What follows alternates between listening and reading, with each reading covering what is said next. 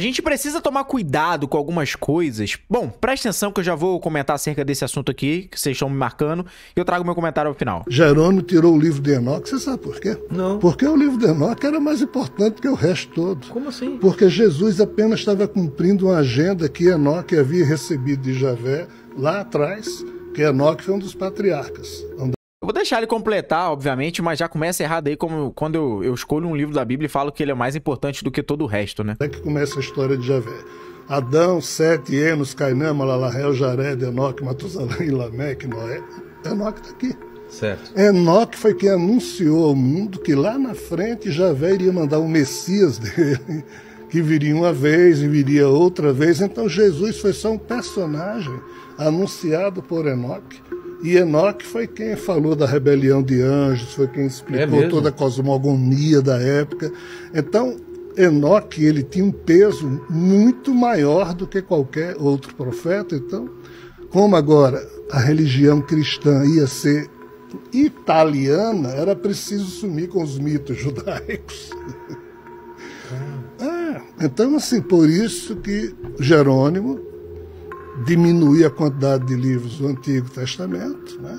E sumiu com toda a visão de Maria de Madalena, com todos os livros. Olha a loucura. Quando o bispo Atanásio de Alexandria, no ano 376 depois de Cristo, escreveu um decreto dizendo: destruam-se todos os livros gnósticos, os monges do monastério de São Pacome, no Egito, estavam traduzindo do grego para o copta todos os livros escritos por Maria de Madalena e seus demais amigos, que eram centenas. Nossa. Eles esconderam no século IV em cavernas, porque o Império Romano ia começar a queimar tudo. Gente, bom, estão me marcando esse vídeo aqui pedindo meu comentário. O primeiro ponto ali foi o que eu já abordei, né? Já começa errado aqui, na medida em que eu falo que um livro da Bíblia, de forma isolada, ele é mais importante do que todo o resto. Enquanto que nós sabemos que toda a Bíblia é a palavra de Deus, é a revelação de Deus, é a forma que Deus se dá a conhecer aos homens, certo? E toda a Bíblia tem a sua importância, porque ela tem início, ela tem meio e ela tem fim. Ela tem um desfecho final lá no livro de Apocalipse. Então não tem um livro da Bíblia ali que ele é mais importante do que todo o resto. Todo o conteúdo ele é importante, porque toda essa gama ali de livros, ela une e forma o quê? Um livro só, que é a Bíblia Sagrada, certo? E traz ali a plenitude de tudo, mostrando a salvação, apontando para a cruz desde o início, apontando para o sacrifício de Jesus, tendo a revelação futura que está descrita no livro de Apocalipse, das coisas que hão de acontecer, né? Como, por exemplo, também estava registrado lá, e ainda está registrado, só que ali é um conteúdo tanto que histórico hoje em dia, né? Devido ao que já ocorreu na década de 70, quanto escatológico que vai acontecer, como vem acontecendo também já alguns pontos, que é Mateus capítulo 24, enfim, toda a Bíblia ela é importante, tá? Agora, foi tirado, tantos livros foram tirados, tal, sei lá o quê. Tirado o quê, gente? Pelo amor de Deus, a Bíblia de Deus ela é inerrante, ela é infalível, é nossa regra de fé, entende? E o que acontece é que os livros apócrifos, todos eles entram em contradição com diversos textos da Bíblia. Tanto é que eu te desafio, pega a Bíblia aí, pega a Bíblia cristã, pega ela e lê. Lê ela toda. Acha uma contradição. Você não acha. Você pode achar que tem, mas eu te provo que não é uma contradição. É um pensamento equivocado seu. Te prova ali por A mais B. Entende? É um ponto de vista seu ali, diferente, equivocado, mas a gente vai ali pra Bíblia e tem como provar que não é. Porque não tem contradição. Agora, quando você olha os livros apócrifos, todos eles, em algum texto ali, entram em contradição. Todos eles, em algum texto. Como, por exemplo, culto aos mortos. Todos eles ali entram em contradição com o que a Bíblia diz.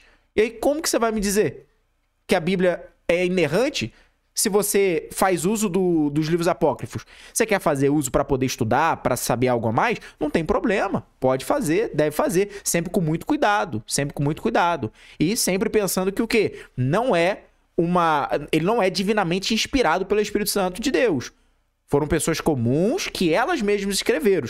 Como, por exemplo, o próprio livro de Enoque, não se tem a garantia, e nem foi, na realidade, o próprio Enoque que escreveu. Entende? O que acontecia é que geralmente num período onde não tinha escritos, algumas pessoas se levantou, escreveu e deu nomes de peso para poder esses livros ganharem notoriedade. Entendeu? Num período ali onde Deus se calou. Então uma turma ali se levantou, escreveu e foi dando nome de peso. Por fim, a Bíblia, ela é inerrante, infalível, é nossa regra de fé e é por meio da palavra que Deus se dá a conhecer aos homens. Agora, se você coloca os livros apócrifos e acrescenta na Bíblia, aí você não tem uma Bíblia inerrante, porque esses próprios livros apócrifos, diversos textos deles, entram em contradição com os diversos outros da Bíblia. E aí? Você vai me dizer o quê? Que Deus errou? Que o Espírito Santo de Deus errou? Jamais. Entendeu? Então foram pessoas comuns.